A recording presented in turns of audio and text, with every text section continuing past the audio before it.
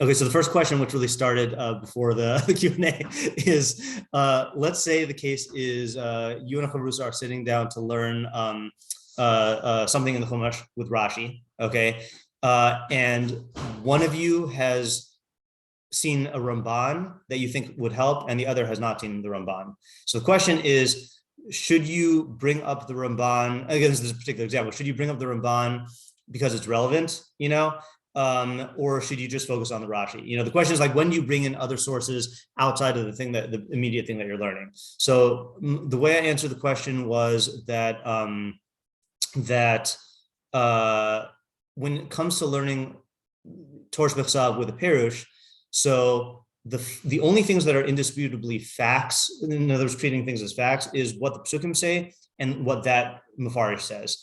And can you tell me the Ramban you're looking at, just so we could you want to pause it for now? Sure. Yeah. Okay, so the initial claim made, even though the claims were shifting, is so let's say let's say you bring in a Ramban who said that all of the people deserve to be killed because they were Rashayim, right? Hypothetically. Okay, so first of all, the question of why they were killed. So, and let's say you bring in the Ramban's interpretation and say that Rashi must have assumed the same thing. Well, so I haven't learned the sugya, but the point is that the Ramban has his approach to why they were killed. But then the only thing I had learned was the Rambam in Hilchos Mlachim ומלחמות 9:14, where he says, and I don't think the Ramban holds that they should have been killed. Okay. All right. There you go. Right. Yeah. Okay, good. That wasn't my point to him, though. Okay, fine. All right, hold on. I don't care about the particulars. Let's just, The Ketzad Hein Mitzvah. So he says, this is for the Shem Mitzvahs B'nai Noach. Ketzad Hein Mitzuvin Al Hadinin. What is, one of the mitzvahs, the only mitzvahs to say it for the Shem Mitzvahs B'nai Noach is dinim, is laws, or courts. So the Rambam holds Chayavin lahoshiv dayanim v'shoftim b'chol pelach v'pelach ladun b'sheish mitzvahs elu ulahazir as ha'am. So the mitzvah for Bnei Noach is they are obligated to set up judges. I don't know what the difference between dayanim and shoftim is, in each and every city to administer judgment on the 6 mitzvos, the 6 other mitzvos, ulahazir as ha'am, and to warn the people. Uben Noach she'avar al mitzvah achas misheva mitzvos elu yiharg b'sayif.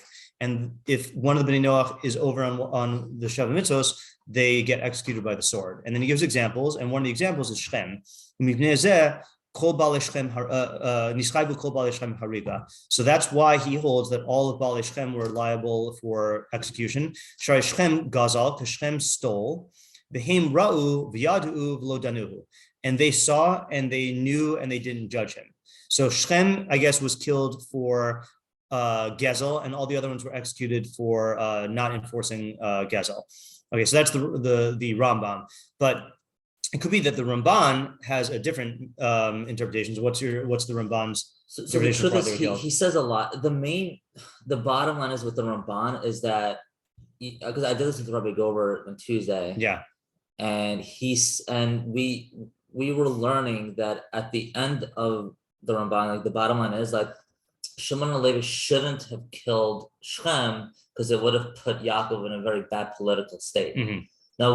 Now, the truth is, it seems like, according to the Ramban, he's sliding towards you shouldn't kill him because of his whole interpretation of, the machlokes in Ramban and Rambam, right? Mitzvah saseh versus lo saseh, right? Whether or not you kill someone for them. But over here, he's saying that, I don't know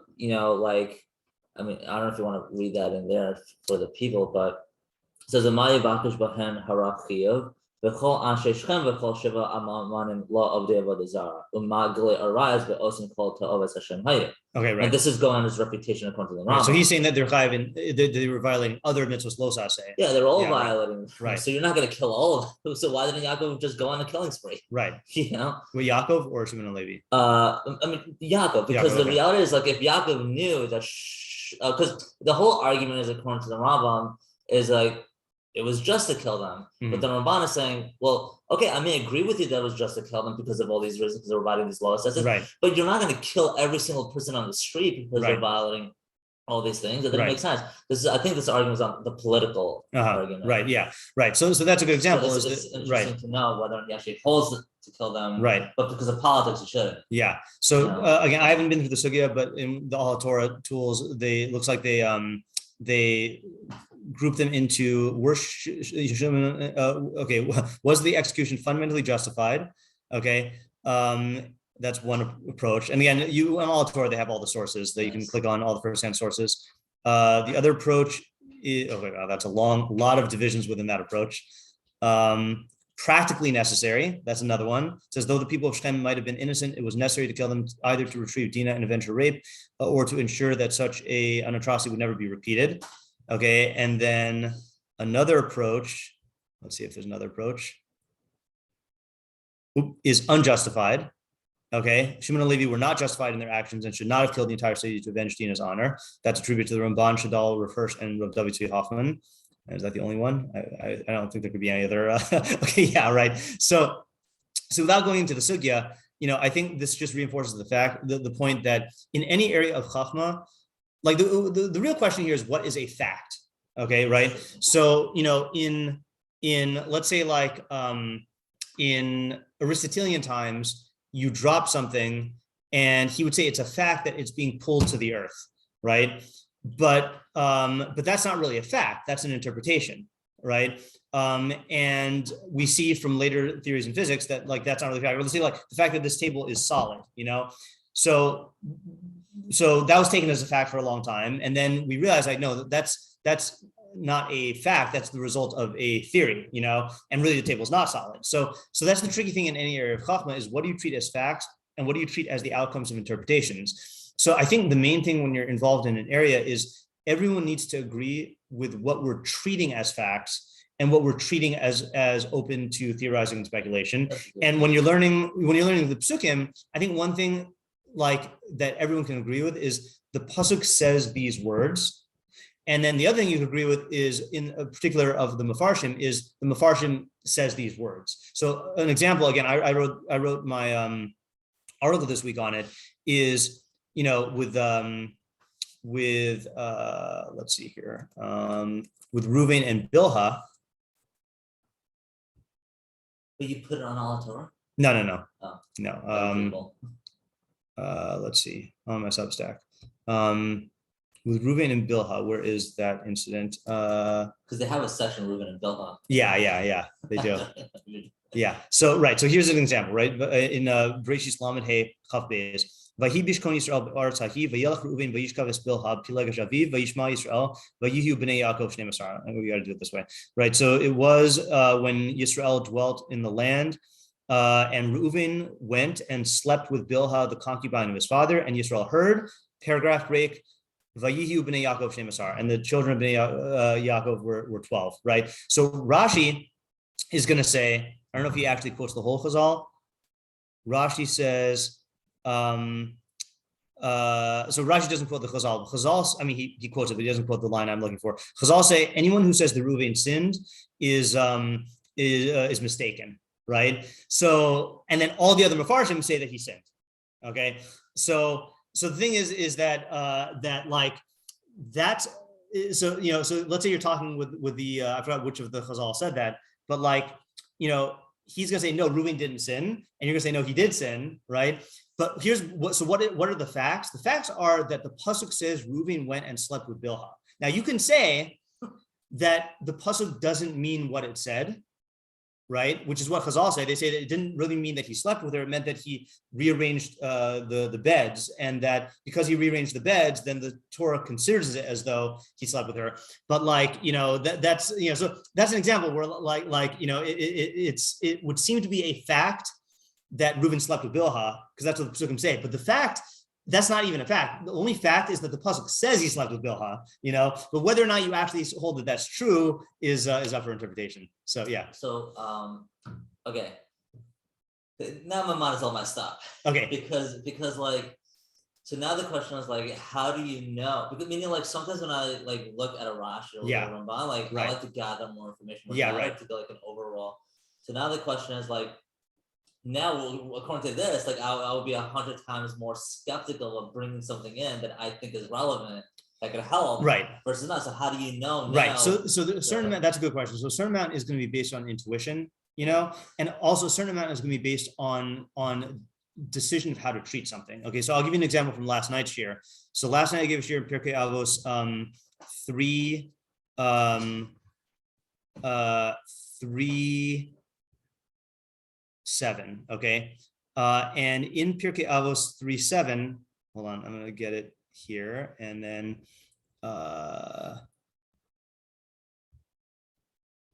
okay, so there are two very similar mishnayos. Okay. In 3:7 it says Asarash Yoshin V'Otkin B'Torah Shchina Shruya B'Neihem. Okay, so if 10 people sit and are involved in Torah, the Shechina dwells among them. Okay, Sforno though. So and then there's the one in 3:3, and Sforno says in 3:3 that it says that Shnaim Shioshim V'Ein B'Neim Divrei Torah Harzei Moshav Leitzim Shnaim Shioshim V'Yesh B'Neim Divrei Torah Shechina B'Neihem. Okay, so Sforno's whole interpretation hinges on the fact that in 3:3 it says Shechina B'Neihem, and in 3:7 it says Shechina Shruya B'Neihem. Okay, Shruya is like dwelling between them. The only problem is if you look at our versions of Pirkei Avos, ours says for 3:3 Shechina Shruya B'Neihem, and 3:7 it says Shechina Shruya B'Neihem. Okay, so it says it for both of them. And then if you look at the really good, the most authoritative Mishnayos, it also says the same. So it doesnn't say Shruya, it just says B'Neihem for both of them. You know, so the problem is like Sforno had a great idea, but like the actual manuscripts apparently like don't say that. You know, so what do?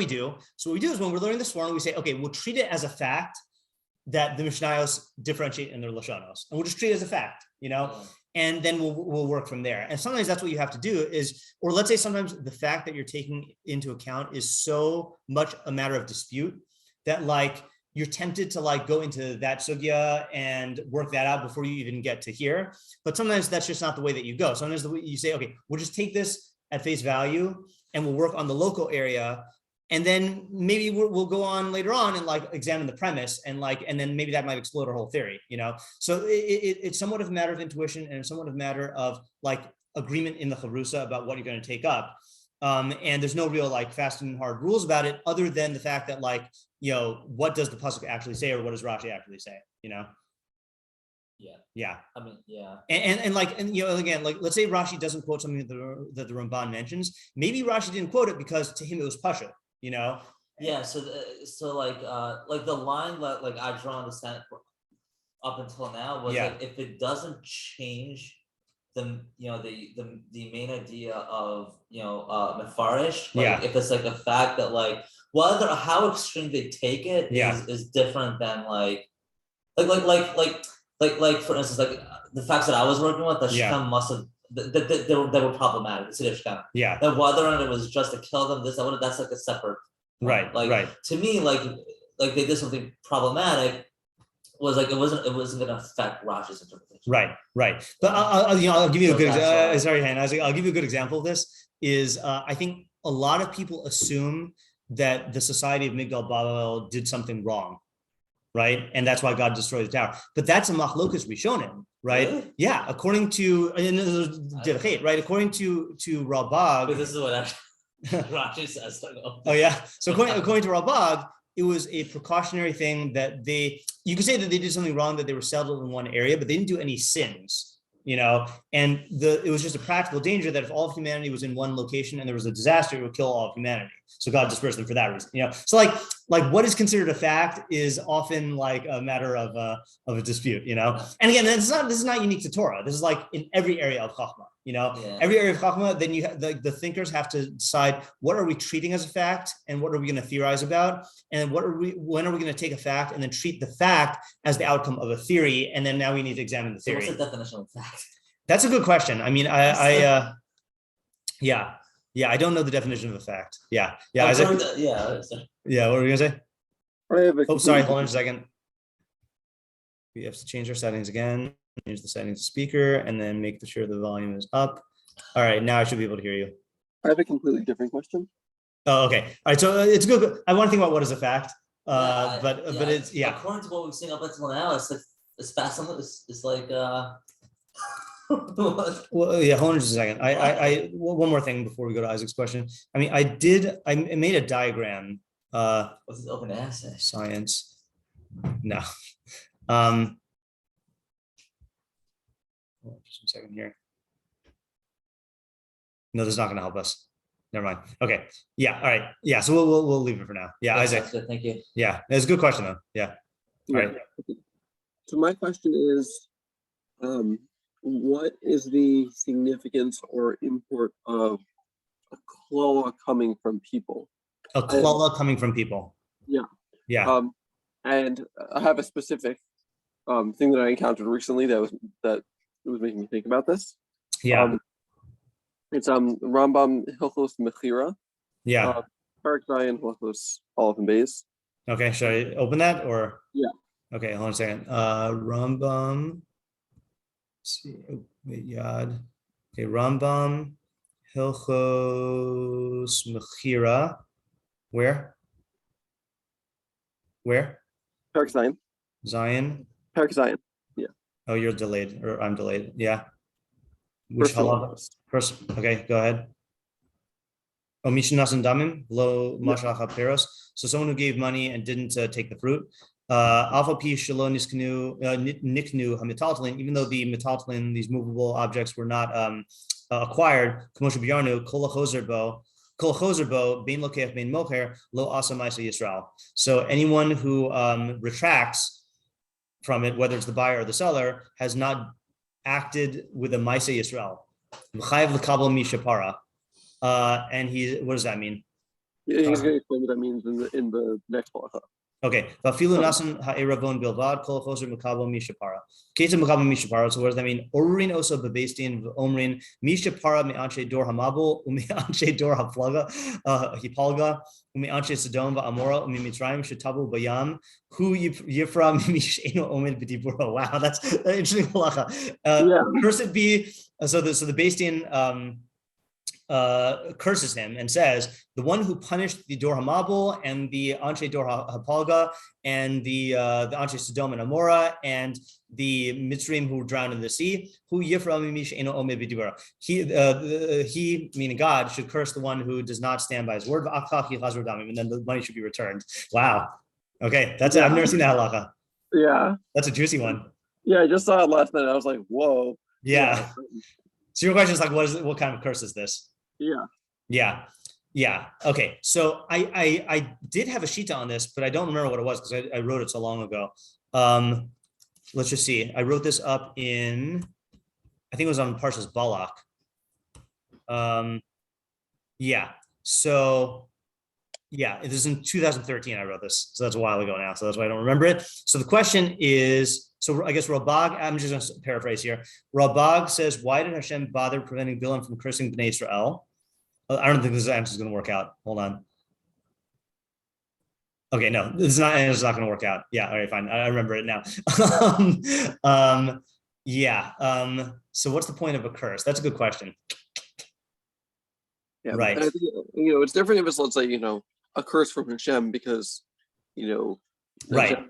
I mean, one thing is they are cursing, they are invoking Hashem, right? Yeah. So that is an interesting thing. But you're right. Hashem is not cursing. Who's doing the cursing here? The Bestin. Yeah, that's an interesting thing. Let me just see really quickly if the Meiri says anything. I feel like this is the type of thing the Meiri would quote about. I never remember which Masechtas we have Meiri on. Meiri.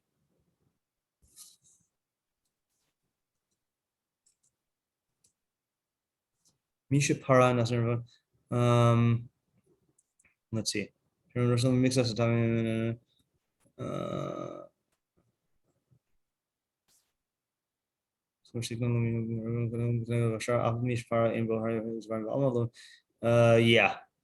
Yeah, I don't know. Yeah. I mean, there is a thing, I'll tell you what, this is my intuition. I have no idea what the actual answer is, but like when Beis is cursing you, right? So Beis like is an agent of Mishpatei Hashem, right? Of like they're the ones who actually administer Hashem's justice, and they also represent like the justice of Hashem, which is why in the Rambam in Hilchos Sanhedrin at the end says that Kol Hadan B'dinei Goyim Uve'erkaos Shalahem, anyone who judges in the courts of Goyim, and they're like, I don't know what the difference between or courts are courts. Basically, anyone who goes to like non-Jewish court for justice, even though their judgments are their laws are like the laws of Israel, I say Russia. That person is a Russia, and it's as if they blasphemed and raised a hand against the Torah of Moshe Rabbeinu. These are the judgments that you should place before them, which means before Goyim, before them and not before going, before them and not before Hediotos. And then he says what happens if the non-Jews are in control. I'll fill you in a second, Sean. So what do you call it? So you see that it's not just about the result, it's about the fact that you're making justice decisions based on God's system of justice, not like this other system. So I would get, so the question is that if this Isaac brought up a certain case where like people renege on a deal that was a good deal, and the din is that Beis Din curses you and says, may the one who exacted punishment from the Dor HaMabul and the Dor HaPalga and the Anshe Sodom and Amorah and the and Mitzrayim, may he exact punishment from you. And the question is like, what is the idea of like a human curse on someone, So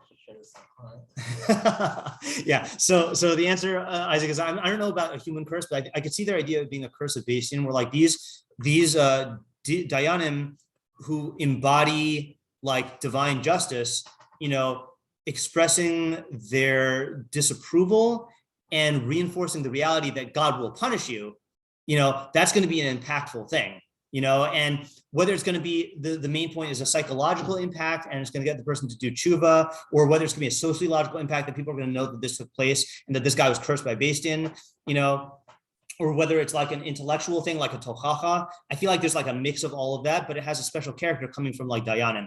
But an ordinary curse, I don't really know.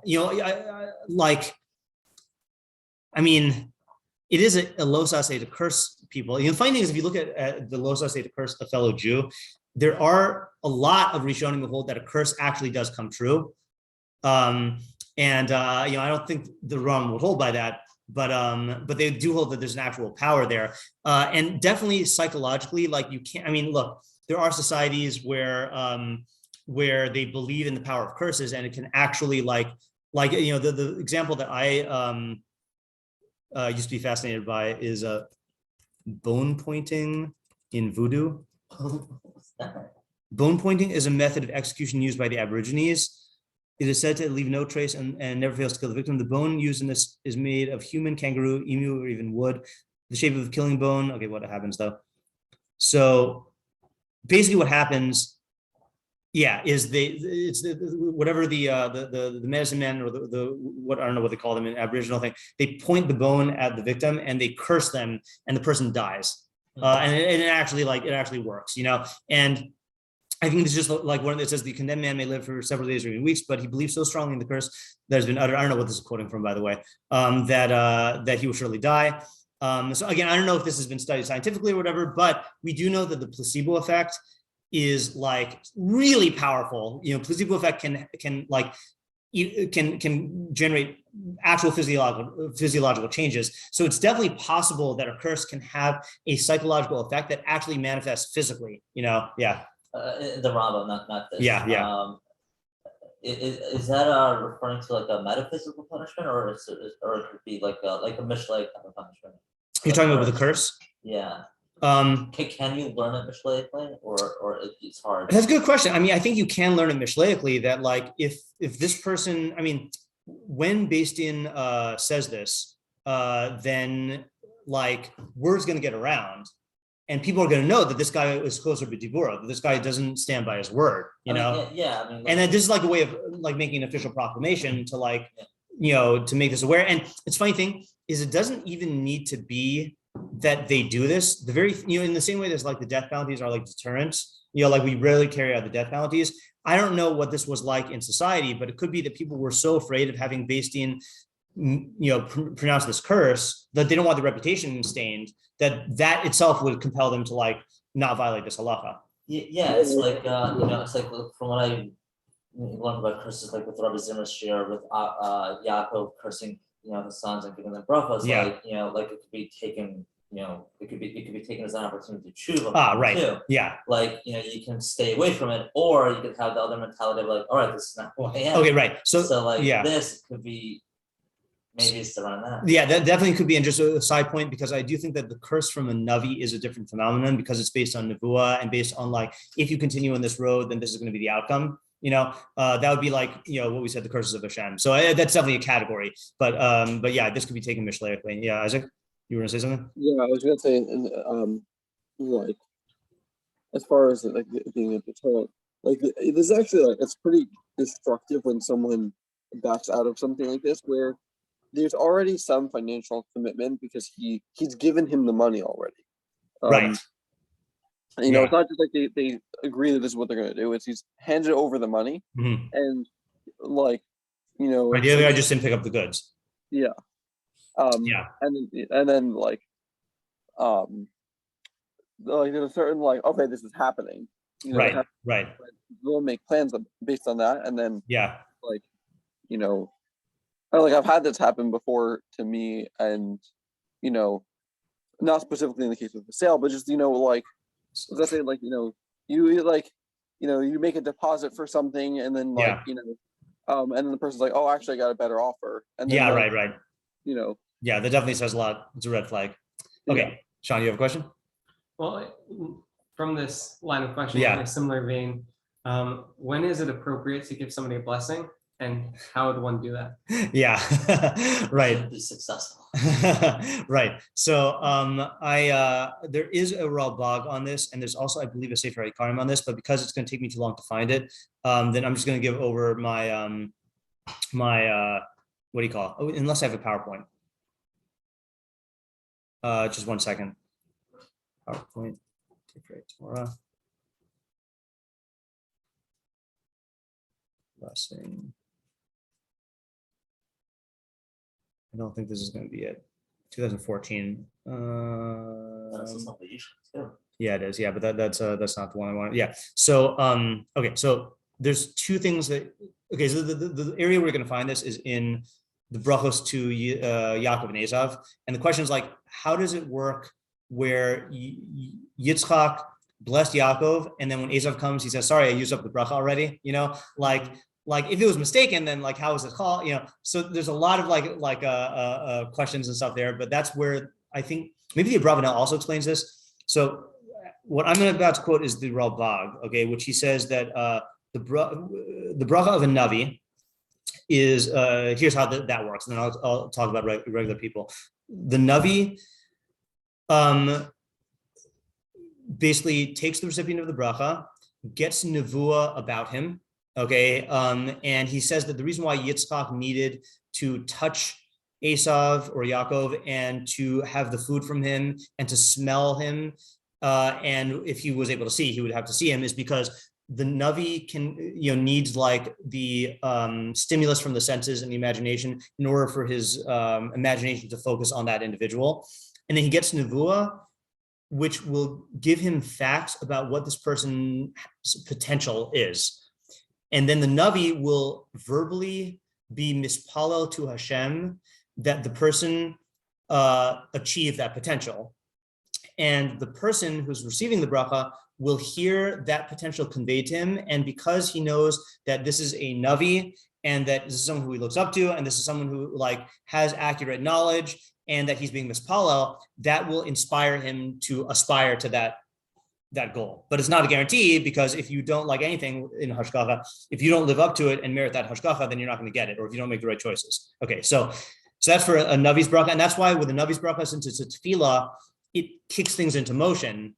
And even if if let's say like the Navi finds out, like in Yitzchak's case, that like, you know, there was a deception, the tefillah already put things into motion, you know, and that's why like when he gave a bracha to Esav, he had to formulate Esav's bracha, like, and factor in what was already set into motion with Yaakov's bracha. Okay, so now the question is, what do you do when you give it to a person? So if you give a bracha to a person, then you're, instead of relying on nevuah, you're relying on your knowledge of that person and your knowledge of what their potential is. And you are articulating that and being mispalel to Hashem, not in like mispalel like Amida, but like having a bakasha to Hashem that he helped that person achieve their potential.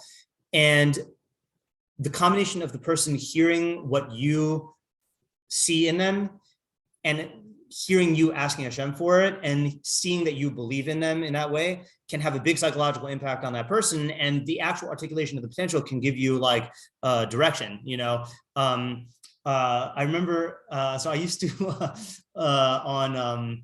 before I taught here, but on Purim, occasionally like my Shalhevet students would come around like for the Purim Suda. I used to give out Berachos at the Purim Suda, you know, because I would be like a little bit more loose in my tongue. And I remember the first bracha I gave out was to someone who like had an older sister who was very, very like high achieving, you know. And I think the bracha that I gave is something to the effect of like, you know, may you realize and embrace the fact that like that you don't have to measure your own success by your sister or something like that, you know.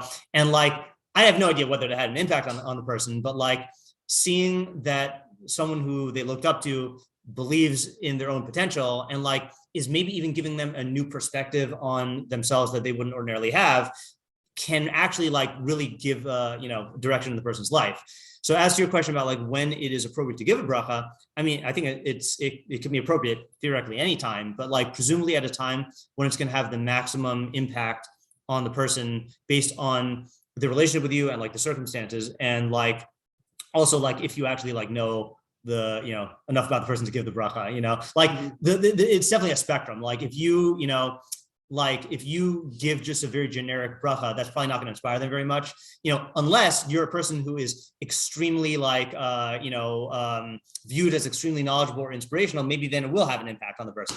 Yeah, Isaac. Yeah. Yeah, I have a question based off of that about a specific thing. So there's a statement in I think it's Berachos that if you falsely accuse someone, you're supposed to give them a bracha, which learns from Eli and Chana.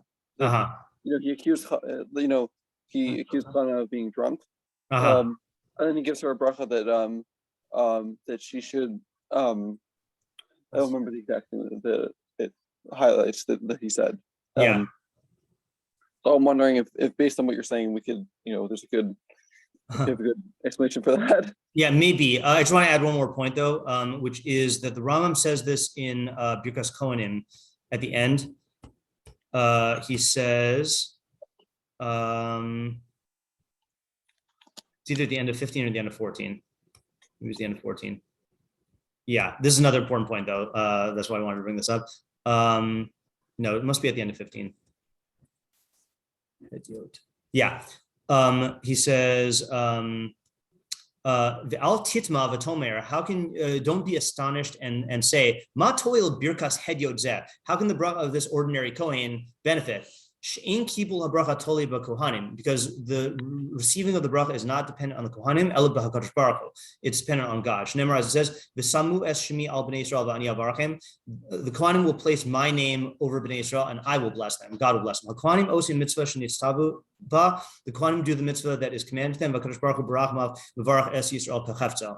And God, in His mercy, will bless His people in accordance with His desire. Now that's birkas kohanim, but Kal v'chomer for someone else's bracha. Like Birkas Kohanim it's not through the Kohanim are just the vehicle of like articulating the bracha. I think that's an important ingredient also, is that I think if the person, is going to view you somehow as the source of the bracha, then that's going to backfire, like it might inspire them, but you're not going to get any hashgachic assistance, I was going to say one more thing also, which is that the minhag of the father to bless his kids on Friday night, according to the Otar Tfilos, the original minhag was that everyone blesses everybody, and that it's not like a fixed thing of like just saying the but that it would be like personalized brachos, if I recall correctly, so like that could be an interesting thing. And like, look, there's a funny, Yehoshua was asking me about this, about like, I guess people ask for brachos from the chassan on his wedding, is an interesting thing of like, I wonder if, if people have a belief, I don't know if there's any source for that, but like, if let's say people believe that the chassan, like, that that's like an auspicious time to give brachos, and they're not looking at it in a superstitious way, then like maybe it's okay to go along with that because it can have an impact, like the person's going to pay more attention to you. But like then you have completely nonsense things like it's a like people give brachos on their birthday. There's no idea of like birthdays in Judaism. Like that's like just a ridiculous practice. But yeah. Well, when you're closer to death, you make it morbid about the death. Yeah, death day is the brachos are a real thing for the death day, right? You see that's what the Yaakov and Moshe did. Yeah, and you would formulate it like make God. Yeah, and I think it would have to be in terms of Hashem, because like that's like you don't want to make it seem like it's coming from you. Yeah. To say that when a person's getting married, like since everyone's like focused on them, like what they say is more impactful to them. That could be true. Yeah, that is true. Yeah. I have to look and see if there's a source for that. Yeah. Do you have a particular case that you have in mind, or just wondering? Yeah. It was in the line of the curses. Yeah. As for your question, Isaac, about the if you falsely accuse someone, my